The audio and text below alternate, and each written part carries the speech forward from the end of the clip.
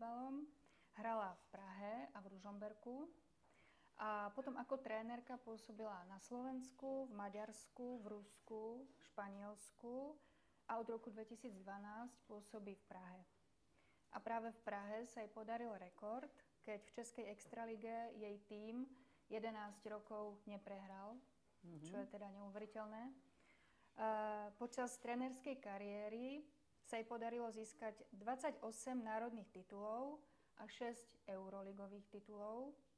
Získala mnohé ocenenia, okrem iných ocenenie najúspešnejšia trénerka modernej histórie Euroligy a ocenenie za celoživotný prínos v Európskej lige. A okrem toho všetkého je ešte držiteľkou rádu Ľudovita Štúra. A ja sa chcem spýtať, ktorý titul si vy osobne vážite najviac? To je ťažká otázka.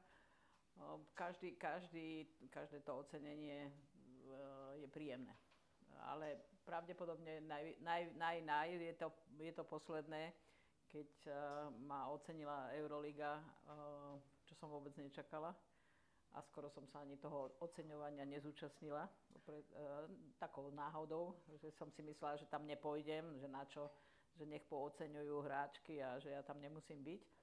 A potom nejak na poslednú chvíľu mi to nedalo. A poslala som našemu, to bolo v Zaragoze v Španielsku, keď bolo Final Six, poslala som našemu mladému manažérovi otázku, prosím ťa, kedy ide autobus na to oceňovanie? A on mi píše, že 11.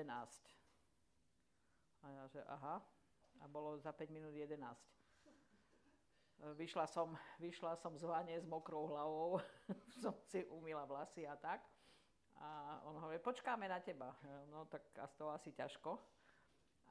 Takže odišli bezo mňa a ja som si potom vzala taxík. Ale to len, neviem prečo som to urobila. Prišla som tam, ešte všetko ako v Španielsku, tak treba nejaký čas na to, kým sa niečo rozbehne. A zaradila som sa nenápadne medzi všetkých. A potom začalo oceňovanie tých hráčiek a trénera roku a podobné veci. Ale než to vôbec začalo, tak ocenili mňa.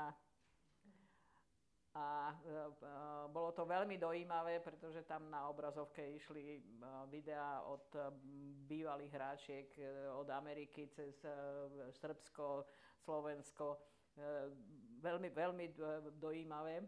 A keď to skončilo, áno, nejaké standing ovation a tak, ale potom sme sa práve rozprávali s osobou, ktorá to celé zorganizovala, ktorá pozháňala tie videá, vyrobila obraz, že ďakujeme Euroliga a podobné. A ja jej hovorím, vieš, že ja som ani nechcela prísť. Ale ona to držala v tajnosti, ona to nikomu nepovedala, takže ona, ja by som ťa zabila. Že by sa to minulo účinkom. Takže toto je také posledné a jedno z takých neoficiálnych ocenení bolo tiež práve v Zaragoze, keď skončil posledný finálový zápas a obecenstvo skandovalo MVP, tak to bolo tiež také dojímavé veľmi. A vás to víťazstvo prekvapilo, toto posledné? Po toľkých víťazstvách, ktoré máte za sebou, môžete povedať ešte, že vás to prekvapilo? Neprekvapilo, ja som sa tomu smiala. Pretože vo februári sme vyzerali tak, že len aby sme postúpili, potom len aby sme postúpili medzi posledných 4. A nakoniec sme celú tú súťaž vyhrali a mne to bolo smiešné, akože sme vám vypálili všetkým rybník. A teraz, doteraz sa z toho smejem, že to bolo nečakané. Čo podľa vás, aké predpoklady musí mať trénerka na to, aby bola dobrou trénerkou? Dostávam často vlastne za tie posledné 3-4 mesiace otázku, že ako. Ako sa vám to podarilo? No, najprv som hovorila, že ja vlastne neviem. Potom som začala uvažovať, že prečo, že v čom to môže byť.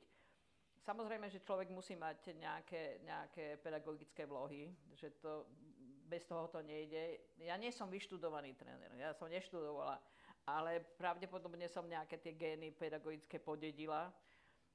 po mojej mame, ktorá bola učiteľka, ale nie tak, že nič nezostávalo, ale ona chcela byť. Čiže a vedela si poradiť aj s problémovými deťmi a tak. Takže to je taký prvý predpoklad. Samozrejme, že musí ten tréner rozumieť tomu športu, ktorý trénuje. To je dôležité. A mať potom dobré oko. Vidieť, čo je dobré, čo je zlé. A byť psychológ.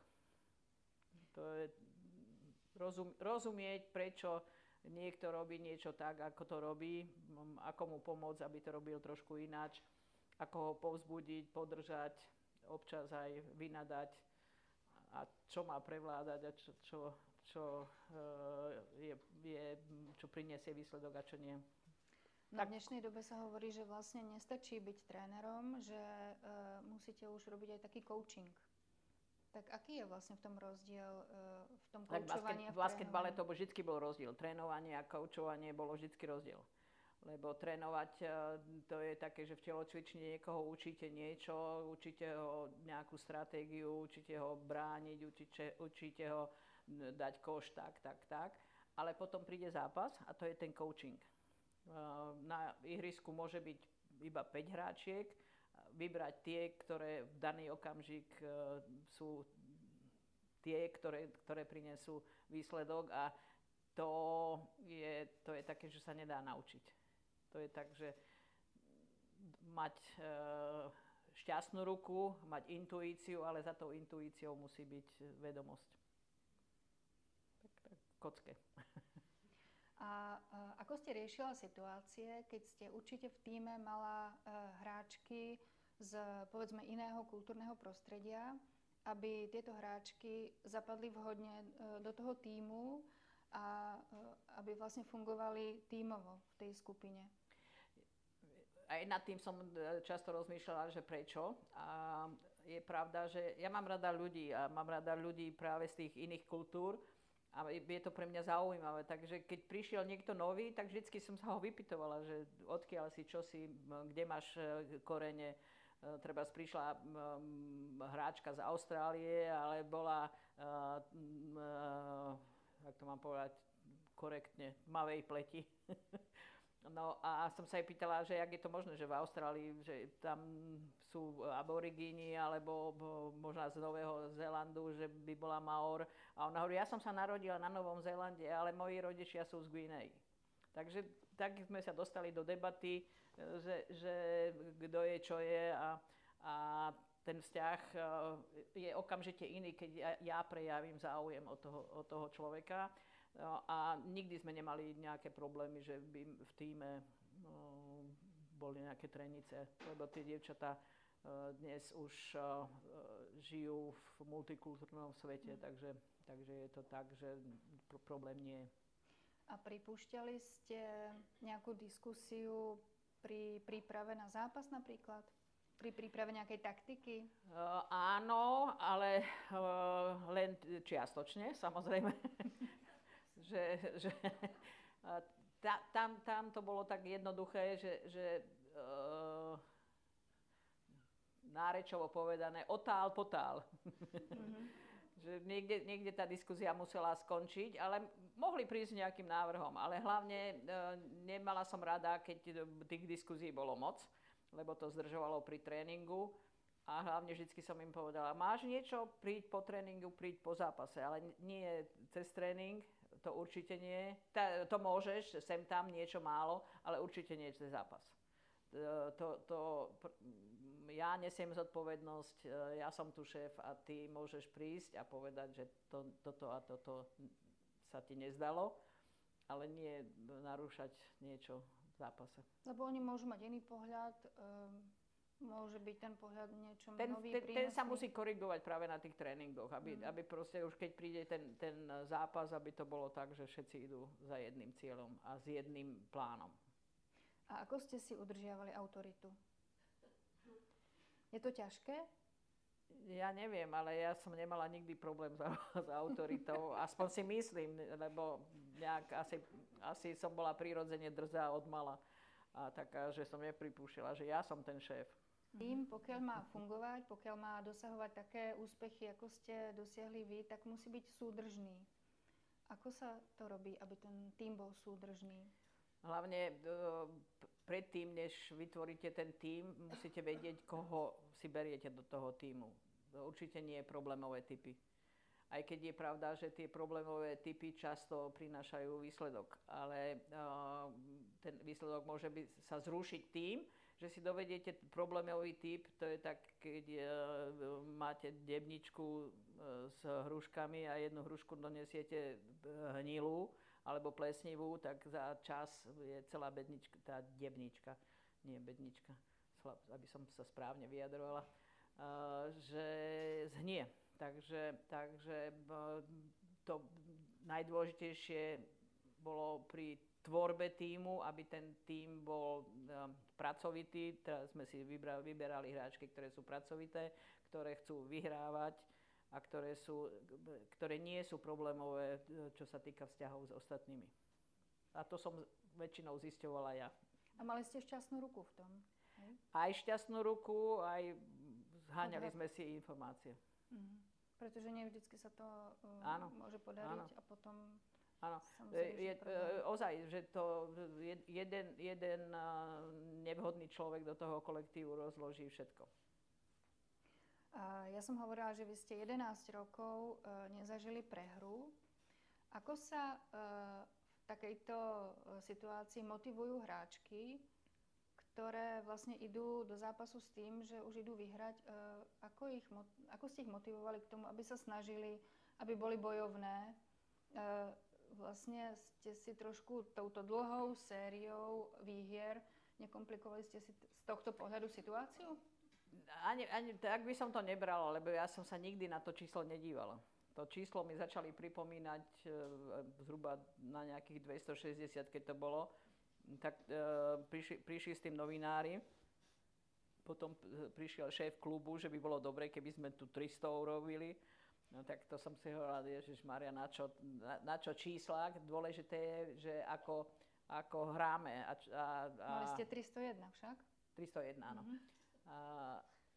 Pretože tie zápasy v tej Českej lige boli dôležité na to, aby sme si niečo skúsili, že o 3 dní hráme Euroligu.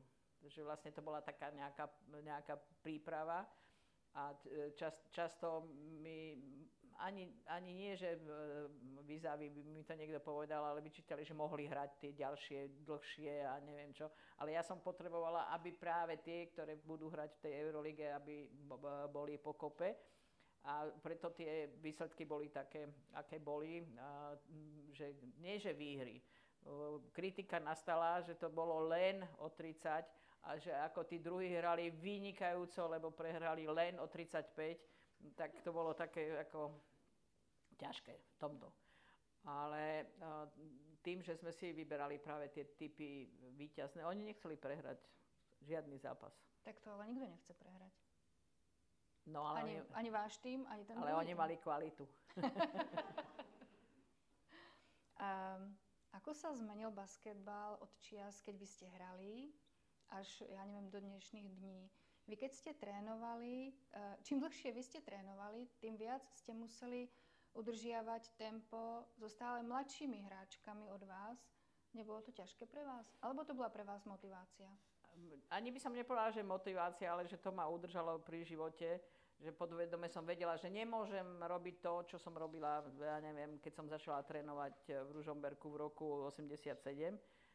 Že stále sa ten basketbal mení a že ja som sa snažila prispôsobiť, alebo byť nie že za nimi, ale zhruba na úrovni tej nejakej tej špičky a rozmýšľala som vždycky nad tým, že ako to robia oni, že aj ja to tak urobím.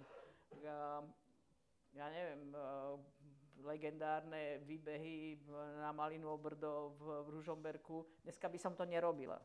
Lebo sa ukázalo, tá veda išla dopredu, že vlastne že je to neefektívne. Ale prinieslo to svoj efekt v tom, že OK, nebehá sa nejaké takéto hlúposti, ale oni boli naučené, že mrzne, -10, prší alebo je 30 plus, vždycky išli behať.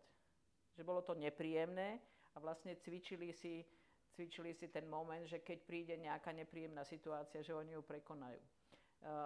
To som sa vrátila úplne do tých základných dávno čias.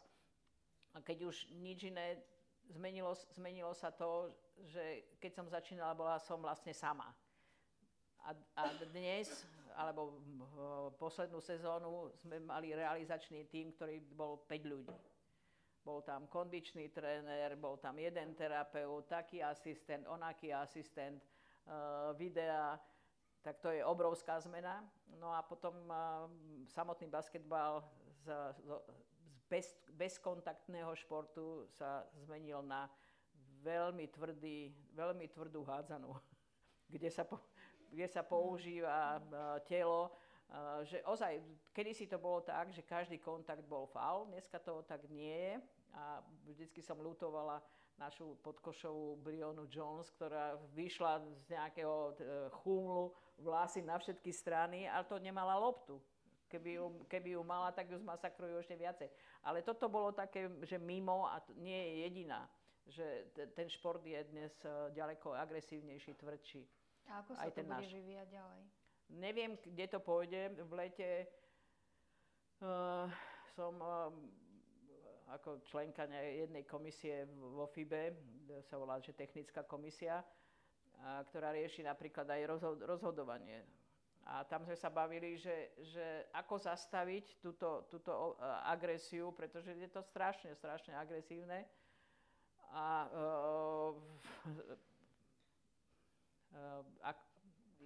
jedna z variant, že OK, urobíme tak, že keď sa bude pískať ženský basket, že sa bude trošku ináč ako mužský. No ale to je v podstate neriešiteľné, pretože tí rozhodcovia sú pre obidve skupiny. No a najhoršie na tom je, že niektoré tie tímy počítajú s tým, že OK, urobím 50 faulov, aj tak tí rozhodcovia stihnú odpískať len 15. Tak preto tá agresivita je tak obrovská, ale škodí to našemu športu. A nevidím to dobre, pretože v lete v Amerike, čo sa deje v WNBA, tak je úplná katastrofa. Tam to doviedli do takej miery, že presne to, čo som opísala, že už ich to tak vytáča, že tam sú bitky. Že normálne sa po odpískaní sa dve zmlátia. Tam sa, ako býva, keď ukazujú vo fotbale, že sa napadli dva týmy, tak teraz to je v ženskom baskete. A nie je to úplne výnimka. A nie je to taký trend, že vlastne diváci to chcú vidieť? Nie. To v ženskom baskete to nie je ako hokej, že si spomínam na svojho strýka amerického, ktorý nemusel mať hokej, ale vždycky sa pýtal, už sa pobili? Tak toto nie je ten motív. A aký je rozdiel medzi českým a slovenským basketbalom? No, my ideme dolu a český sa drží. Bohužiaľ je to tak. Máme malú základňu. Myslíte v podpore, alebo Nie. dorastie? Máme strašne malú základňu, strašne málo hráčiek a kvalita, no. Ani tu to nie je bohvie, čo sa týka českých hráčiek, ale sú pravidelne na majstrovstvách Európy aj slušné výsledky. A to my sme prerušili práve v tomto roku, že sme po dlhej dobe neboli na majstrovstvách Európy. A prečo je tá kvalita takáto odlišná? Stále máme menej a menej tímov v slovenskej lige, ženskej. Mužská neviem, nechcem to, lebo sa to až tak nesledujem. A je pravda, že nesledujem ani tú ženskú, ale viem, že je tých klubov stále menej a menej. Podpora klesá a základňa je stále menšia a menšia. Potrebujú vzory a tie, no, dneska... Nemajú vzory, alebo sa Nemajú, pretože potrebovali by mať vzor, že nejak, ja neviem, Zuzana Žírková momentálne hrá a ja chcem byť taká, ako je ona, ale ja neviem povedať veľmi meno. A dokážete si vy predstaviť život bez basketbalu? Áno, veľmi dobre. A čo by ste robili? Boli by ste právo? Myslíte, že ešte také... No, akokoľvek. Tam dozadu, aby som sa obzrela. No možno, že aj hej, no čo by mi zostávalo. Neviem, čo by som robila, ale myslím si, že by som vedela nájsť hocičom nejaké také takzvané zaľúbenie. Teraz vlastne začala nová športová sezóna. Vy už nie ste trénerkou, ale ste poradkyňou. Ako sa vlastne zmenil váš život? Myslela som si, že sa zmení viac, ale až tak veľmi sa nezmenil. Je pravda, že nemusím, alebo nesedávam až tak na tých tréningoch, ale teraz, keď sa to rozbieha, tak som na väčšine tých tréningov. Pretože sme zmenili realizačný tím a je fakt mladý. V takej úlohe nikdy nebol. A som rada, že na druhej strane som rada, že aj klub, aj ten realizačný tím chceli, aby som tam zostala, aby som im poradila. A fakt si cením, že prediskutujú so mnou, čo si myslíš, ako by to malo a tak a tak. Takže zatiaľ taký veľký kľud nemáte? Mám, pretože tie tréningy nepripravujem. To si oni pripravia a ja sa pozriem, že či to bolo dobre. ale je to, smejem sa z toho, ale je to v podstate tak. Prediskutujeme, že čo by sme chceli, aby na tú ďalšiu sezónu bolo. A ja sa na to dívam a keď sám do toho. A čo vás naučil basketbal pre život? Tak v podstate to bol od roku 87, to bol môj život ako trénerky, ale začala som, keď som mala 14 rokov, takže vlastne ani neviem, čo ma naučil. Dal mi celý život. No a naučil vás, ja neviem, myslieť takticky napríklad, alebo nejak strategicky, alebo... Ja si myslím, že ma to nenaučil basketbal, že ja som to použila. Ale vážne, že asi to bolo vo mne a že som to použila v tom basketbale. Že som použila to, že ja neviem, že som nemala strach tak nejaký, že idem trénovať, alebo že je nejaký zápas dôležitý, čo našťastie som nikdy nebola nervózna. Že niekto hovoril, že nemôžem spať pred zápasom. Ja som to nikdy nemala. Po zápase som nemohla. To je jasné. Ale skôr si myslím, že ja som to, čo som, takže som to dala tomu basketbalu. Že aká som. Ja by som možno teraz dala priestor na vaše otázky. Neviem, chce sa... Áno? Ja mám veľa otázok. Už sme sa s Natáliou rozprávali včera, tak ja iba zopakujem pár tých otázok. Mňa by zaujímalo to vaše pôsobenie v Moskve. To bolo celkom zaujímavé, že tým, jak tá situácia nejaká je a šport sa využíva v politike, keby ste porozprávali, ako tá politika pôsobila na ženský basketbal v Moskve. A potom by ma zaujímalo aj to porovnanie, že ste vlastne s 3 tímami z rôznych krajín, z rôznych miest ste dosiahli to isté víťazstvo. Či tam sú nejaké rozdiely, alebo tam bolo všetko spoločné. Či by ste vedeli s akýmkoľvek ženským kolektívom dosiahnuť tú Euroligu, víťazstvo v nej. No teraz neviem, z ktorej strany mám začať, ale začnem tým športom. Že áno, je pravda, že som trénovala v podstate 3 tímy, ktoré získali po 2 tituly. Aj keď ten posledný mal rozdiel 10 rokov v USK od 2015 a 2025. Tie predtým boli tak, že boli rok po roku a v Ružomberku to bolo úplne niečo zaujímavé, pretože som začínala v 2. lige a skončili sme až víťazstvom v Eurolige. To bolo krok po kroku, každý rok o niečo lepšie a lepšie. S hráčkami, ktoré sme si vyberali, ktoré sme hľadali po celom Slovensku, ktoré prichádzali, ja neviem, 14-15 ročné. Takže to bolo postupné budovanie toho tímu. Keď som prišla do Moskvy, tak som dostala tým, kde bolo jedna hviezda vedľa druhej.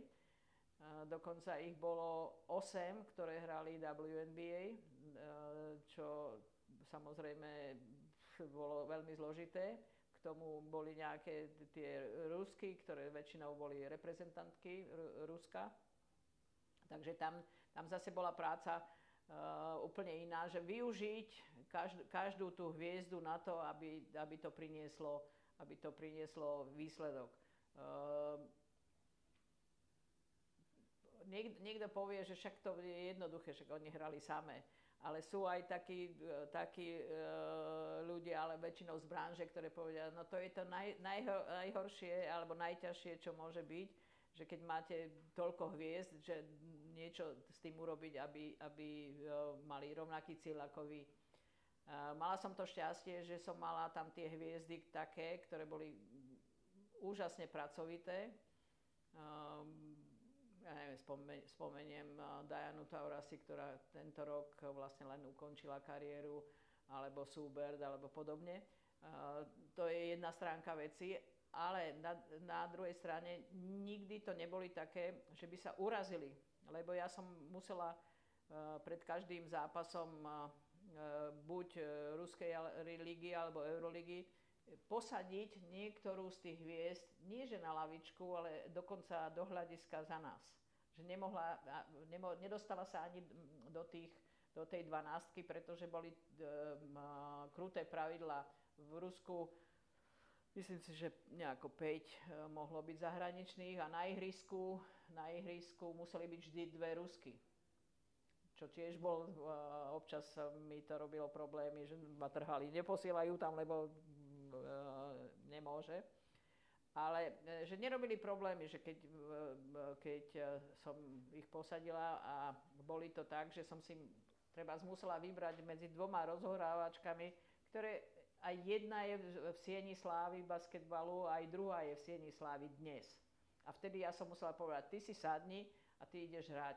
Takže bolo to veľmi, veľmi, veľmi, veľmi zložité, ale prinieslo to ovocie a tiež to bolo také postupné, že na začiatku sme prehrávali aj v Ruskej lige, sme dostávali o 30 s budúcim našim semifinalistom v Eurolige a hneď v prvej sezóne na 3. zápas vtedy to bola Samara, ktorý bol víťaz Euroligy, predošli a my sme ich v semifinále porazili a vyhrali sme Euroligu hneď v prvom roku. Hneď v prvom roku sme vyhrali 3-2 v finále Ruskej ligy. Takže krok po kroku sa z toho súhvezdia stával tým. No a keď som prišla do Prahy, tak zase to bol iný príbeh. Áno, dostala som nejaké družstvo. Problém v Prahe bol vždycky ten, že sme sa nevedeli stále dostať cez play-off do Final Four. A keď som prišla, tak nakoniec sa to konečne podarilo. V prvej sezóne nie, ale v druhej áno, myslím, že vtedy to dokonca bolo Final 8. A v roku 2015 ako outsider poriadali sme Final Four v Prahe. Ako outsider sme nastúpili na semifinále, porazili sme favorita. Ako outsider sme išli do finále, porazili sme favorita, vyhrali sme Euroligu, čo bolo obrovské prekvapenie a taká frčka do nosa tým obrovským favoritom s obrovskými rozpočtami. Ale mali sme zase grupu veľmi, veľmi ambicióznych hráčiek a neboli to namyslené hviezdy s obrovskými platmi. No a tak ako bol prekvapujúci titul v roku 2015, tak vlastne prekvapujúci bol aj tento rok. Moskva. Moskva prišla, som končila angažmá v Šoproni. Som vedela, že po 3 rokoch končím. A vôbec som neriešila, že čo bude ďalej. A keď už bol pomaly koniec v Šoproni, tak zhodou okolností viezla som moju mamu do Bratislavy, čo bolo hodina cesty. A naberala som benzín a ozval sa telefón a tam bol pán Kalmanovič, majiteľ Spartaka Moskva a hovorí mi, príď k nám. Ešte nebolo skončený Maďarská liga. Vykašli sa na Maďarskú ligu, poď k nám. Vedela som, že taký človek existuje, ale v podstate to rozhodnutie padlo asi za 10 dní. Som mala byť v Moskve, ale nebola som, lebo som si vyprala pás. V džínsach tak som ho zavolala, že príde neskôr. Rozprávali sme sa, že čo chce. Podali sme si ruky, žiadnu zmluvu som nepodpísala a bola som tam 2 roky. Ten motív samozrejme bol taký, že chcela som skúsiť niečo nové.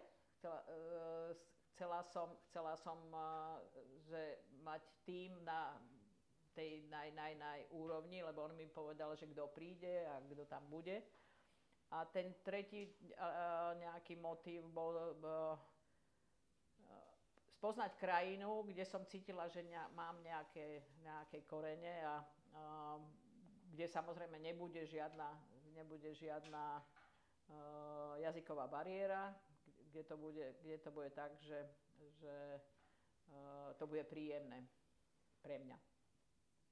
No a keď ste sa pýtali ako politika a šport, tak jednoznačne. Keď si spomeniete, ako to bolo, polovička tu nás síce mladých, ale tí starší, keď si spomeniete, ako to bolo u nás, politika a šport, tak presne tak to bolo v Rusku v tej dobe. Tam sa nič nezmenilo. To fungovalo. Že bez tej politickej podpory to absolútne nefungovalo.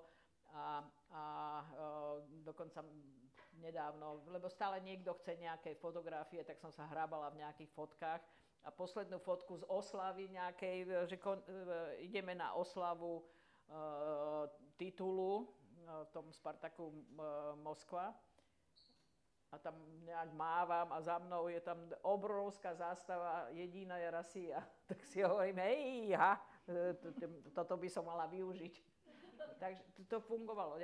Bez toho ani ten klub, ktorý bol bohatý, mal bohatého mecenáša, ale využíval podporu práve tej Jedinej Rasii a veľký kamarát bol gubernátor Moskovskej oblasti. Odtiaľ išli peniažky. A vnímali ste nejaké politické tlaky vy osobne? Nie, ja určite nie, ale vedela som, ako to chodí, lebo som žila za socializmu u nás, takže to presne tak bolo aj tam. Také prvé nejaké moje, lebo prišla som tam a bola som rada, že hurá, v tom Rusku to ide niekam tam, že sa idú približovať k nám, ale to bola veľká naivita. To som si myslela veľmi, veľmi zle, lebo prvé také momenty boli, ja neviem, vražda Politkovskej a podobné takéto veci a človek si začal rozmýšľať, no nie je úplne všetko v poriadku. A potom taký moment, ktorý bol veľmi, veľmi pre mňa ťažký, pri nejakej debate sme sa bavili o okupácii v 68. A nejaký spolu sediaci mi povedal, no a čo sa vám stalo? Tak to som ako onemela. Však sovietský zväz to bolo najlepšie. To bolo také prvé a druhý taký moment bol, teraz mi vypadol mikrofón, druhý taký moment bol, že napadli v roku 2008 Gruzínsko a tiež tá debata bola taká, že všetci to oceňovali ako dobre. Tak to tiež som si povedala, tak toto nie je úplne všetko v poriadku. No a to je 2008, to je 17 rokov. Stále sme to brali tak, akože to je nejaká výnimka, ale asi to bolo tak, že to pokračovalo ďalej až do dnešných čias.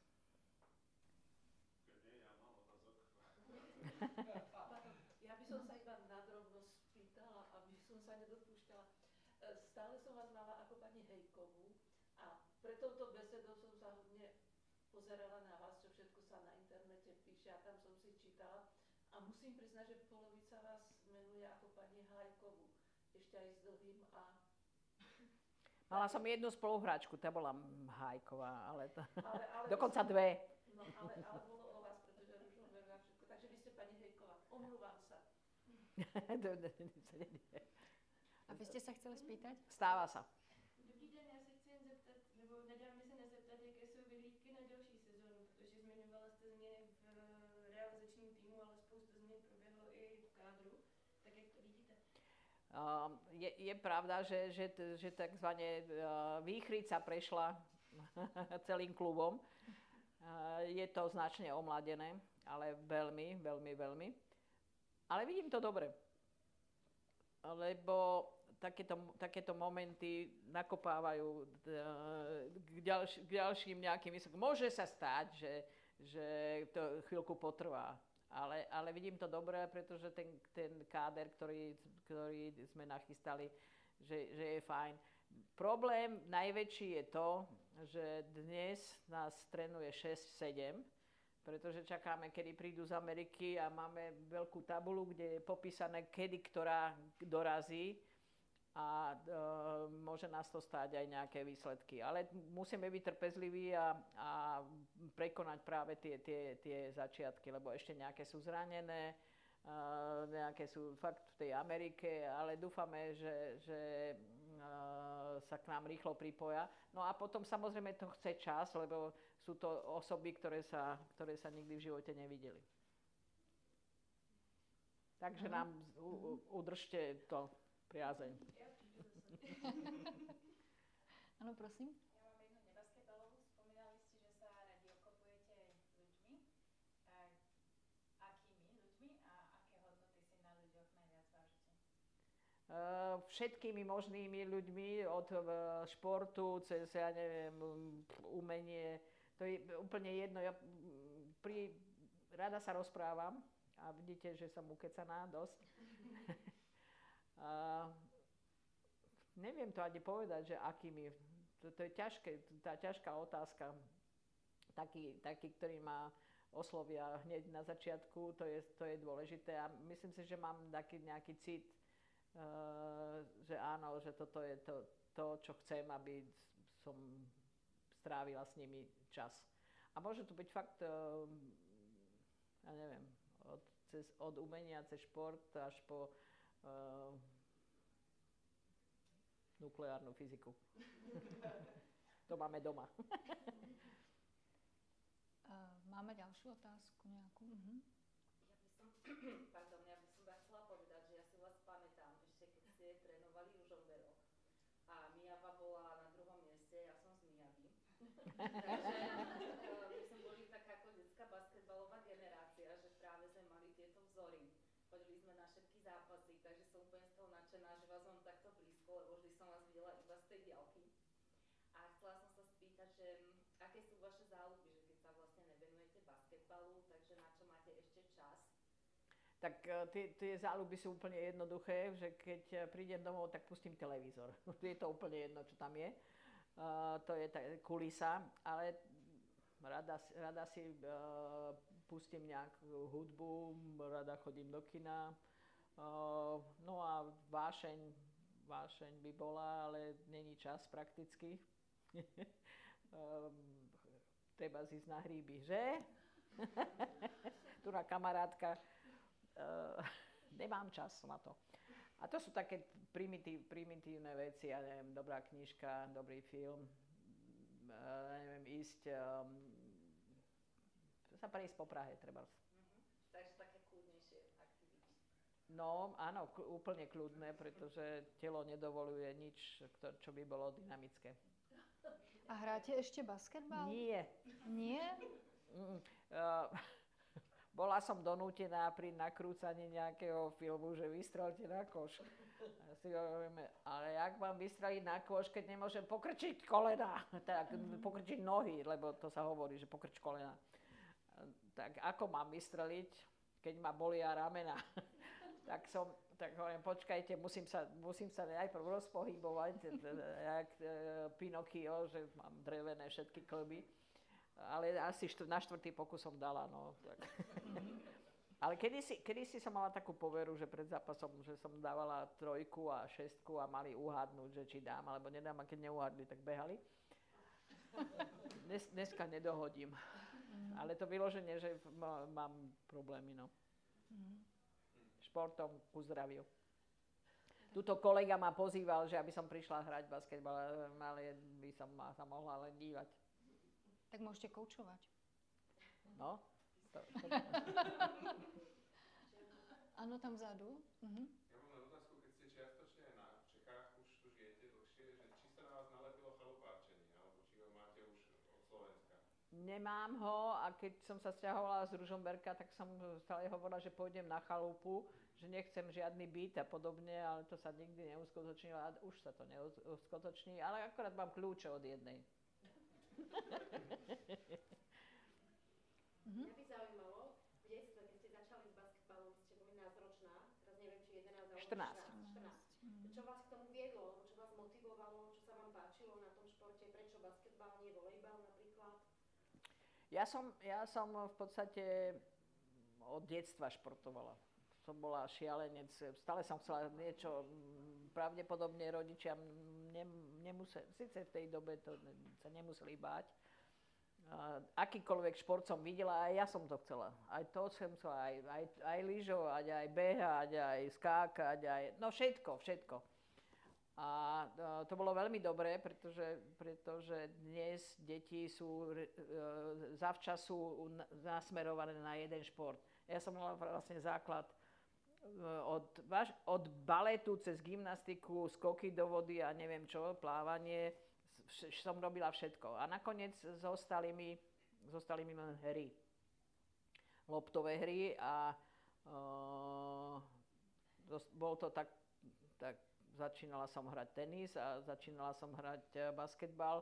Na tenis sa ukázalo, že veľmi neskoro a basketbal sa ešte dal, tak zostal basketbal. Ale pravdepodobne ma na tom najviac bavilo, že tá variabilnosť tej hry, že tam je tisíce situácií a je to také premenlivé a tak. Môžete spýtať ešte raz, ako v náväznosti asi na tú otázku. Bol tam aj ten nejaký spoločenský aspekt toho, že predsa len ten basket? Áno, to je jednoznačné, že to bol tímový šport a že ten tím, není to tak, že človek hrá individuálny šport, že predsa len ten tím je zaujímavejší, tie priateľstvá, ktoré pretrvávajú veky. Ako sa dá vyjadriť pokrok kvality v basketbale? V športoch ako sú skoky, hody, behy, to je vždycky vyjadriteľné. Okrem agresivity, v čom ako ten basketbal sa vyvíja dopredu? Tak je, ako všetky športy, dneska je oveľa fyzickejší, rýchlejší, rozhodovanie musí byť v bžiku, ale stále je to tak, že áno, kedysi sa hralo 41-42, že dneska je to predsa len okolo nejakých 80, že je sa viacej na čo pozerať, ale tie princípy zostali rovnaké. Akorát to, akí ľudia to dnes hrajú, že sú rýchlejší, že sú silnejší, to je tá obrovská zmena. Ale princípy zostali a niektoré veci, dneska sa už nesmiem, ale ešte v Láni sme hrali jeden signál z rozskoku, ktorý som kedysi hrala v Ružomberku. A vždy stále fungoval. To je princípy rovnaké. Hrá to 5 na 5. A nie je treba to, že tá hra je o toľko rýchlejšia, nejakým spôsobom fakt ako pre toho trénera stresujúcejšie viacej? Stíhate sa tak rýchlo rozhodovať? Možno, že áno, ale ja som vždycky preferovala, že sme hrali veľmi rýchlo. Že som vždycky hovorila, že radšej zakončíte do 6 sekúnd, ako to v 15. máte pokaziť. Ale je to tak. je to tak a preto vždycky tie týmy, ktoré som trénovala, boli fyzicky veľmi zdatné a vlastne týmto štýlom rýchlým sme porážali kdekoho, lebo to nezvládli. To by som bola rada, keby sa to udržalo. Musia chodiť behať.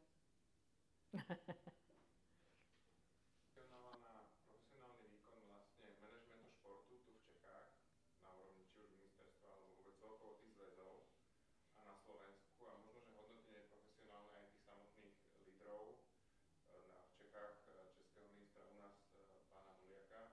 By ste to vedeli porovnať nejako a možno, že nejaké quick fixy, čo by sa dalo zlepšiť na Slovensku, aby to bolo lepšie, aby rástla tá základňa, okrem teda toho vzoru, akože ku ktorému zliadať aj možno z hľadiska fungovania, financovania, aké sú tam nejaké možno zlepšenia možné? No, možno, že niekto z vás si pamätá moje vyjadrenie po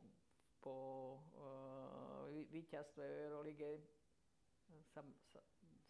Neviem, kde som to povedala, ale bolo to na populárnej stránke Zomri.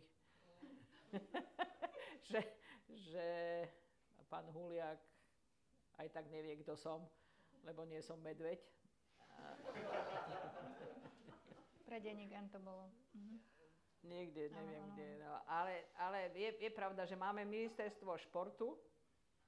Nemyslím si, že na čele ministerstva športu by mal byť len človek, ktorý je nominant nejakej strany, pretože chce mať ministerské kreslo, ale mal by tam byť odborník. A to si myslím, že pán Huliak nie je. Ani neviem o tom, že by sa obklopil nejakými ľuďmi až tak, že by tomu rozumeli. To je prvé. A toto trvá na Slovensku strašne dlho. Že neviem, no, ťažko mi je kritizovať, dlho tam nie som, ale nemyslím si, že ani ustanovenie ministerstva športu nezlepšilo situáciu v tom našom vedení. Že tam je menej peňazí ako v športe ako v Čechách, to je jednoznačné. A keď zase nie je to moja parketa, aby som vedela porovnať také alebo onaké financovanie. Keď to vezmem tak, že v USK nejaké tie peniaze štátne sú, neviem o tom, že by treba, poviem, piešťanské čajky, že by mali štátnu nejakú podporu. Tým, že ekonomika nie je moja parketa, tak nechcem hovoriť, že tak alebo onak, ale poviem to tak, ako som začala pánom Huliakom, že od šéfa športového, jak sa volajú české, čo sú to, čo to je? Agentúra. Ha? Agentúra. Nie agentúra, najvyšší šéf je šéf Minister školství. No ale dobre, ale jak sa volá? Športového zväzu? Čo to? Športového zväzu? Nie. Nie, že oni sa volajú, jak sa volajú? Národná agentúra. No, to je jedno, ale že od neho po 3 dňoch alebo po 2 dňoch prišla veľká gratulácia k tomu úspechu a na Slovensku nejak. Zo Slovenska sa nikto neozval? Po tom poslednom víťazstve? Ani náhodou. Úspech sa neodpúšťa Slovákom.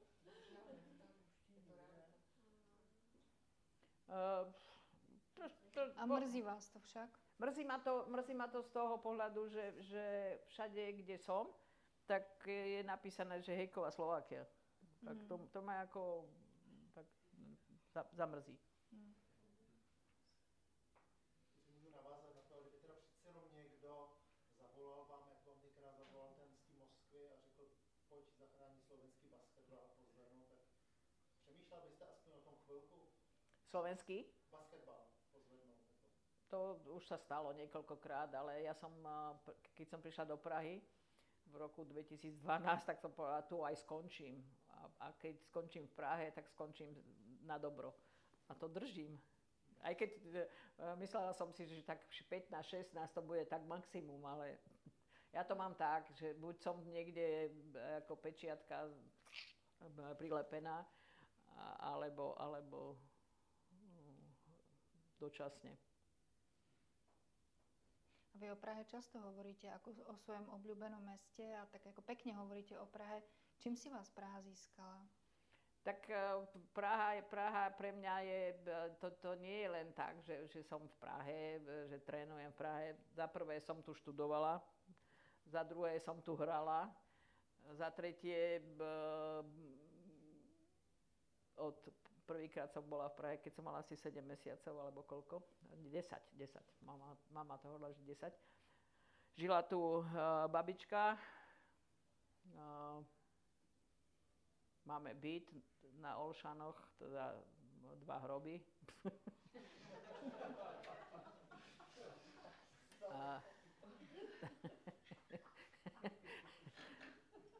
No a proste Praha je moja, odjakte živo a keď v podstate sme, ja neviem, koľkokrát do roka sme zo Žiliny išli do Prahy a keď som išla študovať, ale moja sestra Deto, ani nás nenapadlo, že ideme študovať do Bratislavy, okamžite, že ideme do Prahy a jedna aj druhá, to bolo ako normálne. Takže Praha je pre mňa taký druhý domov, ale ja dnes tomu hovorím, že doma som v Bratislave a Praha je moja láska. Pardon, ja sa teraz ste ma naviedla. Mne sa vždycky spája Hejkov a Ružomberok, ale vy pochádzate z Ružomberka? Nie. Zo Žiliny. To ste práve teraz povedali. Do Žiliny. A ja som vás stále mala akože... Do Ružomberka som sa dostala, tam som prišla z Prahy, že pôjdem na 2 roky a že po 2 rokoch sa vrátim. A nejak to nevyšlo. Tak som tam zostala. Ale to aj preto, že rodičia boli blízko, 60 kilometrov, Ružomberok, Žilina, takže v podstate tak. Áno? Ja mám ešte jednu takú intimnú otázku, že keď sa dialo rozdelenie Československa na Česko a Slovensko, ako ste to prežívali, kde ste vtedy boli a aký ste mali z toho pocit celkovo ako taký dobeh? Lebo vy máte čiastočne aj český pôvod, je to áno, tak? Áno, starý otec bol Čech. Hneď vám poviem, a to není sa za čo hanbiť, ale keď bol Silvester a posledné rozlúčkové slova 5 sekúnd pred polnocou, tak som sa rozplakala. Až aj teraz som úplne dojatá z toho. Ale na druhej strane dnes poviem, že dobre, že to tak bolo, lebo Ježiši Kriste, tie hádky, aké by boli ešte dodnes. Áno. By som sa chcela opýtať, dneska je tiež taký jeden významný dátum. A to? September 11. Jaj, no, september. Či tá zmena odtedy, čo sa deje vo svete, či vôbec mala nejaký vplyv na šport, na basketbal, na vašu kariéru. Skôr narážam na to, či umožnilo to, čo sa stalo, alebo zabránilo niečomu v tom vývoji vašej kariéry. To je taký moment, ktorý myslím si, že každý, kto žil vtedy, kto už bol príčetný, tak si to pamätá. To sú také momenty, ja neviem, tento september, alebo ja neviem, zavraždili Kennedyho, alebo proste človek vie, čo robil v daný moment. A ja si pamätám, že keď sa to stalo, tak sme boli na sústredení, bolo, ja neviem, nejakých 1 hodina po obede. A to bol čas, kedy väčšina odpočívali, lebo sústredenie je náročné, tak odpočívali a v podstate všetky spali. Ja som sa to dozvedela, čo sa stalo. A teraz som rozmýšľala, mám im to ísť povedať, nemám im to ísť povedať. Až nakoniec som sa po pol hodiny rozhodla, som začala klepkať na dvere. No a večerný tréning sme zrušili.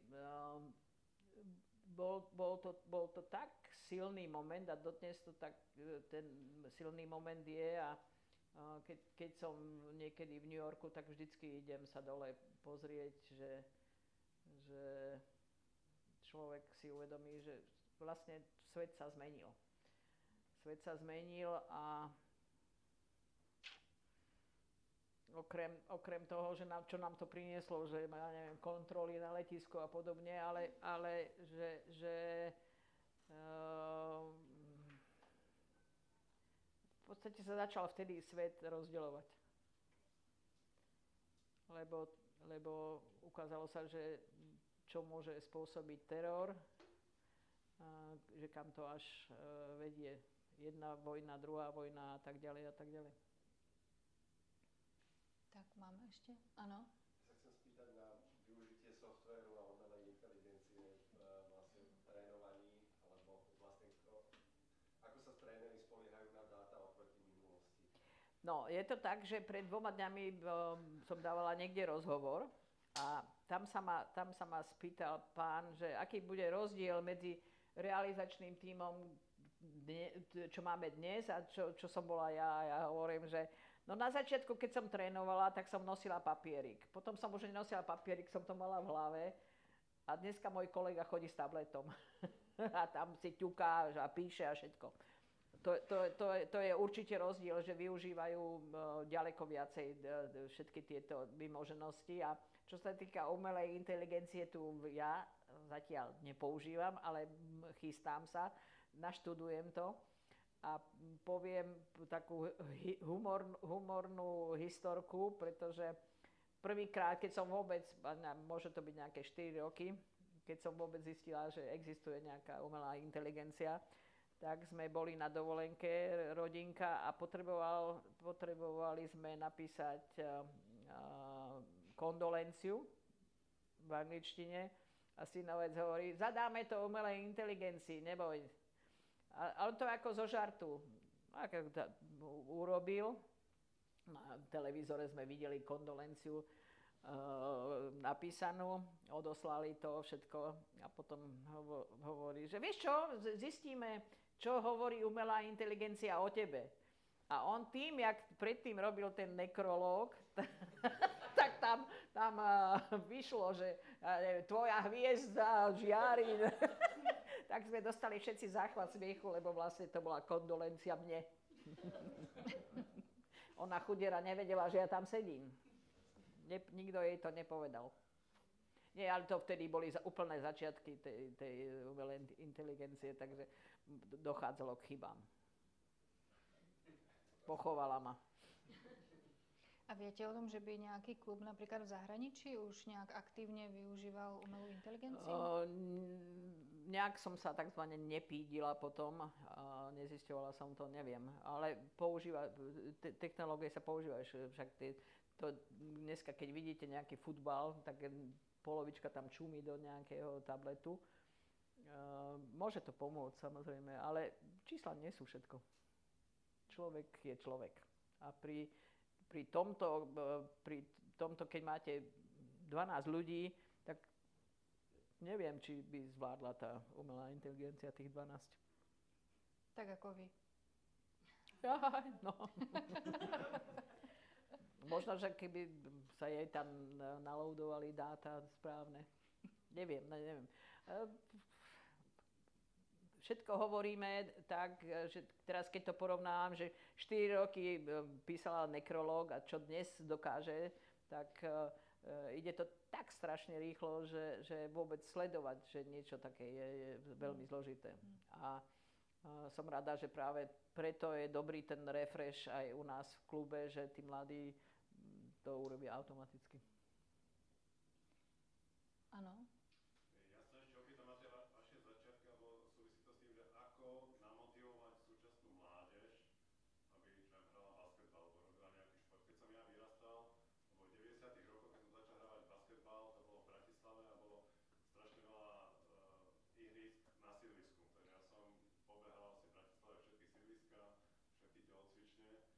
Či tam nie je tá cesta, ako ten šport tým dnešným Ja na túto otázku často odpovedám, lebo výhovorka znie, že oni majú tablety, oni majú telefóny, oni majú toto a toto. Nie je to úplne o tom, že čo majú. Prirodzené pre decko je, aby sa hýbalo. Je to úplne totálne prirodzené. Len horšie je práve o tie vzory. A to nie len, že vzor, ja neviem, že vidíte kropiláka vo vašom veku, že ste videli kropiláka, chceli ste byť ako kropilák. Ale dnes tí rodičia nešportujú. Doma nie je ten vzor, že odkiaľ to decko má vedieť, že šport to je prirodzená vec, keď ten rodič to nerobí. Keď rodič sedí pri tom tablete. Takže taká nejaká väčšia nie že informovanosť, ale proste tie vzory musia ísť domu. A potom nebude problém, lebo keď to decko má šancu, že ho ten rodič pošle, že choď aj ty si zahrať, lebo pozri sa tam dole, niekto je z baráku, tak určite to bude jednoduchšie, aj keď je samozrejme problém, že to nie je dnes tak, ako bolo kedysi, že väčšinou sa tie deti vozia po všelijakých krúžkoch a v kluboch, ak vôbec nejaké majú, že to prirodzené športovanie je zložité. A samozrejme, že tých príležitostí je ďaleko menej, možno v nejakej Petržalke sú nejaké 4 alebo 3, ale aké je to obrovské sídlisko a tak ďalej a tak ďalej. Ešte mám jednu otázku. V tých 14 ste sa rozhodli pre basketbal. Keby ste sa náhodou v tých 14 rozhodli pre volejbal, myslíte, že by ste boli rovnako úspešná volejbalová trénerka? To ma zaujímalo. Nie, ja by som bola veľmi neúspešná hráčka. A tým by som... No možno, že nie, čo ja viem. Volejbal sme hrávali, to bolo ako nie na dvore, ale ja som ako decko bývala v takej kvázi dedinskej štvrti žilinskej a tam sme mali pred domom volejbalové ihrisko, takže volejbal to sa hrálo, na kúpalisku sa hral volejbal, ale pre mňa bol volejbal jednotvárny. Basketbal to je neustála zmena a neustála zmena a šanca vyhrať. Zaujímavejšie ako volejbal. Prepáčte. Nie, za vami. Ale keď spomínate víťazstvá, ešte očakávate nejaké víťazstvo? Ešte je niečo, čo by ste chceli dosiahnuť? To je otázka, že ja som vždycky chcela vyhrať, ale nikdy som si nedávala cieľ, že vyhrám Euroligu, vyhrám toto. To som nikdy nemala, ale chcela som vždycky vyhrať. Takže prirodzene prišli nejaké tie tituly. Čiže ani dnes to nehovorím, že chcem, ja neviem čo. No, dneska chcem byť spokojná. Áno, Verka. No. Vy ste takým veľkým vzorom nielen v oblasti športu naprieč celými generáciami, ale aj v takej tej ľudskej, spoločenskej alebo takej tej občianskej rovine. Mňa by veľmi zaujímalo, aké je vaše životné krédo, čo je pre vás v živote také dôležité. Moje životné krédo je veľmi jednoduché. To povedala by som francúzsky, ale zlú mám výslovnosť a je tam veľmi veľa že neľutujem nič. Pretože to je zbytočné ľutovať. Už sa to stalo a poučiť sa na chybe a ísť dopredu. Mm-hmm. To je pesnička Edith Piaf. Nie, neľutujem nič. Áno. S tou mládeží a to, jako jestli vůbec na to USK, jako obecně, jestli ty děti jsou tam nějak přitažení víc, jestli je tam nějaká základna. Tam základňa je... Jestli mají kde trénovat, jestli je tam veľká pyramída. No, o to jde. To je, ale trénujú rôzne po školách, niečo trénuje v hale u nás. A je tam momentálne vízia akadémie mládežníckej. Pod mojím menom. A to je nový projekt, na ktorý sa chystáte? Nesmiem to povedať ešte. A ja som sa zeptala. Je to tajné. No ale to by mělo to Slovensko něco podobného a ta Hejková je nemohla zaštítit na jedné i na druhé straně. No a čo by si ešte nechcela? Tak já jsem generace, která ještě to rozdělení vůbec, jako já to nechápu. Máme půlku knížek doma ve slovenštině, že jo? To je takový jako... A čo chceš tým povedať, že vieš po slovensky čítať? No viem po slovensky čítať. To je moja kamarátka, takže na ňu môžem. Viem, co je pahreba třeba, že? Áno. Základ. Čučoriek ja ani nemluvím, ale pahreba, že? To zase to Aby ste vedeli, to je jedno z mála slov, ktoré neexistuje v češtine. Neexistuje, ne. To nemá jedno slovo. No, neexistuje. No, vidíš to. A to ešte, že sme tu za...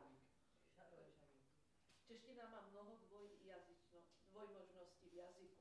Je komplikovanejšia ako slovenčina a minule som sa dočítala v jazykovej príručke, že nemajú jednoznačný názor na to, čo sa píše v slove sprdniť. Či s alebo z. Pardon, sprdnúť niekoho. Z by som tam nedala nikdy. V češtine. V češtine by som tam nedala z. No. A oni majú zmena stavu, zmena zbola, také tie.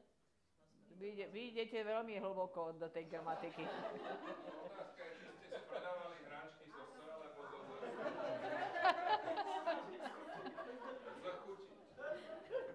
Ja bych to vyslovila na papír. Ja som im vyčítala. Vyslovila, vy ste Češka. Ja bych tam třeba to zadala. No, u nás je to jasné, my máme neznělá spoluhejska, takže Z. No, to by mohl vědět paní redaktorka třeba. No, ja myslím, že keď ste to robili po slovensky, tak asi ste neriešili, či to je zo Ja S som alebo zo Z. Ja som vyčítala. Ale na papír. Ja som im to vyčítala, Ale v slovenčine je to jasné. V češtine asi Z by som dala. Ale v češtine to Ale není jasné. intuitivně to vůbec jako neumím. Z jako a S, Z jako. Napíšeme AI. No presne, umelá inteligencia, Juro, daj to tam. Áno. Aj keď žiadne nemám, ale bola som dieťa a viem, že vďaka otcovi, že robil šport, tak on nás tak prirodzene viedol, aj keď všetky 3 sestry sme neboli športovkyne, ale mali sme ten vzor doma, že nám to bolo také prirodzené. A teraz sa chcem spýtať, pamätám si, už po našej generácii, že rodičia začali húfne chodiť na tie tréningy a teraz tam kričali z tých tribún na tie deti a normálne ako, ale ja viem, že oni boli aj sponzori, tam nejak uzurpovali asi nejaké právo si tam aj trénera trénovať. Takže som sa chcela spýtať, že či aj v basketbale to tak bolo, keď ste sa s tým stretli, alebo nie? Stretla som sa presne, neviem či dneska, alebo včera večer sme sa o tom bavili, že jeden otec, bývalý hráč, tréner, chodil na zápasy svojej dcery ako dorastenky na Folimanku a tam bolo, ja neviem, 6,5 človeka, takže všetko bolo počuť. A nadával, ale nie tej dcére, ale tým spoluhráčkam. A ja som tam prišla a som sa pýtala, kto to je? A oni mi povedali, že teda ten Ježiši Kriste. To bolo hrozne nepríjemné a funguje to vo všetkých možných športoch, že tí rodičia sú samozrejme, že sú nekritickí, lebo to ich decko je najlepšie, aké existuje. A je to pre toho trénera problém. Ale to si musí ten tréner urobiť poriadok hneď na začiatku. Že OK, príďte, pozrite sa, podporujte ho, ale nekafrajte mi do toho, je to moja vec. No ja mám len pocit, že niekedy aj šikovné dieťa proste sa nedostane ani do toho výberu, lebo jeho rodičia nie sú schopní zasponzorovať ten klub. A niekedy prichádzame o tie také prirodzené talenty, že ani sa im nedostane príležitosť, že škoda, že nie je presne nejaká, ako hovoríte, že je to tajné, ale že neviem, či dneska funguje niečo také, že rovné príležitosti ako keby a začíname všetci rovnak a dobre, tak Nemôžu byť tie príležitosti rovné, pretože keď už sme sa bavili o tom, že musia to decko doviesť na ten basketbal, tak ho tam nedovezie ten človek, ktorý nemá auto. No. Čiže tie príležitosti nie sú rovné a ťažko budú. Môžu byť vtedy rovné, že keď má niekto hokejovú akadémiu, ako bola v Bratislave, a už skončila, lebo podpora nebola a vlastne išlo to dostratená. Ak tá podpora je, tak potom aj tí, ktorí na to nemajú, môžu dostať strávu, môžu dostať nejaké ubytovanie a vtedy sa to dá.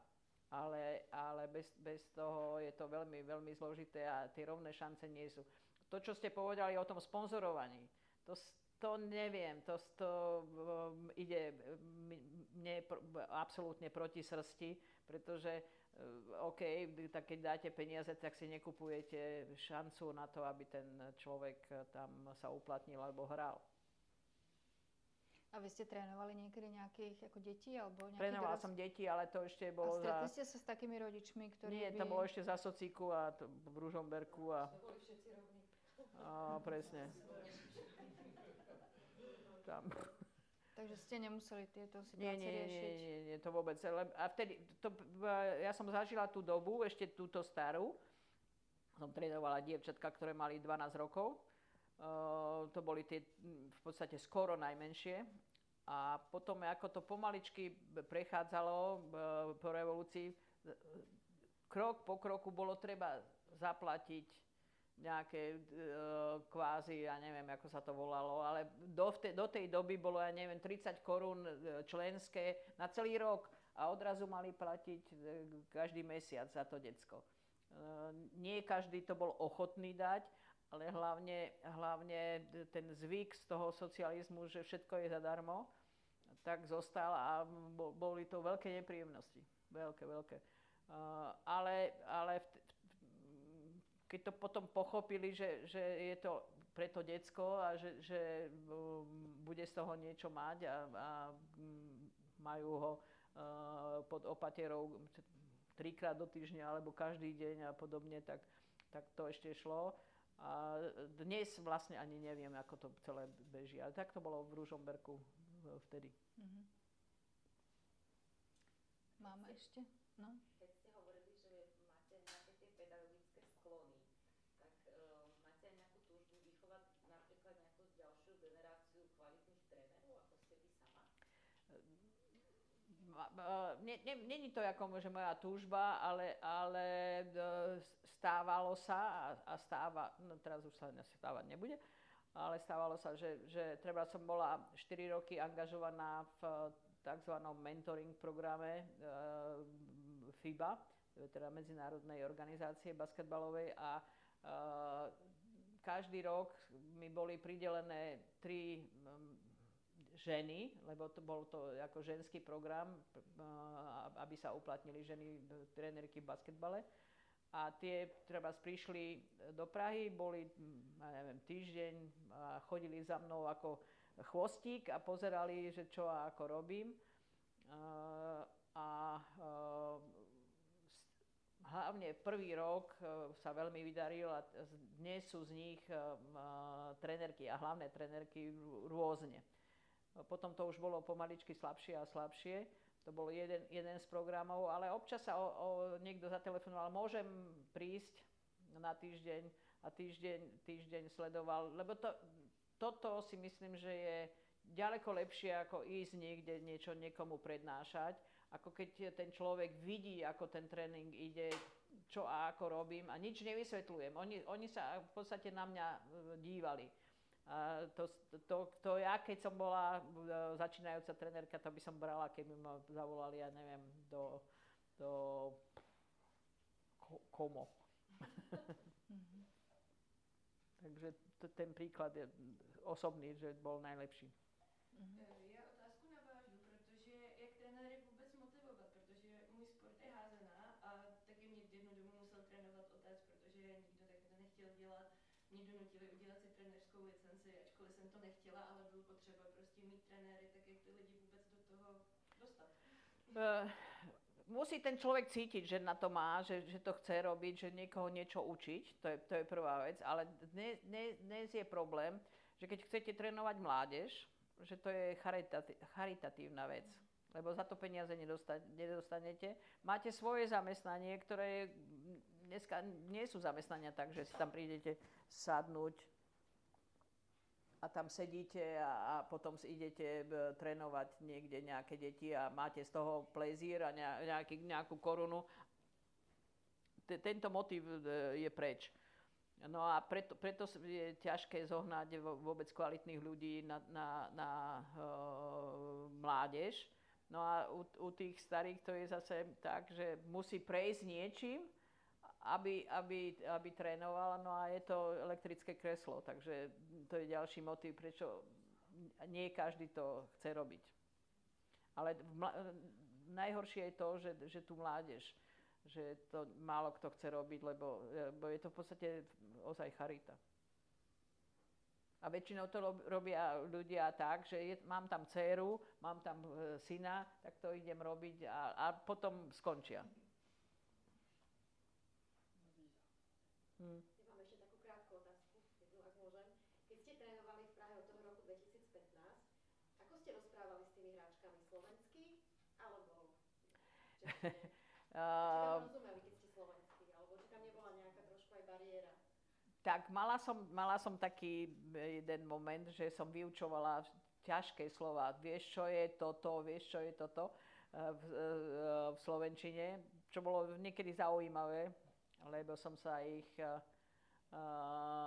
pýtala napríklad, viete, čo je čečina? Tak to nevedel nikto. Aj tí, ktorí zažili Československo. Ale bolo to jednoduché, pretože úradný jazyk máme angličtinu. Ale v českých médiách vy ste vždycky vystupovali a hovorili po slovensky. Ja som vždycky hovorila po slovensky, pretože po 25 rokoch v Ružomberku som dobrú češtinu stratila a nechcela som rozprávať ako jeden politik. Ešte by som sa ja chcela opýtať, či ste niekedy predtým počuli o nás, o pražskej kaviarni, že tu fungujeme v Prahe, či ste niekedy započuli? Počula. A dokonca moji kolegovia boli na nejakom vašom podujatí, keď ste ho mali vedľa ambasády. A to bolo prvýkrát, keď som sa dopočula, že existujete. A vôbec to bol nejaký, bol protest nejaký a vy ste mali nejakú besedu s niekým, neviem s kým. Asi v tej ambasáde, ne? No tam teraz je tam kaviareň ambasáda. Tak to som sa prvýkrát dopočula, že... Dobrom. Dobrom, pretože som zvyknutá, že toto dehonestujúce nazvanie pražská kaviareň, bratislavská kaviareň, no a čo?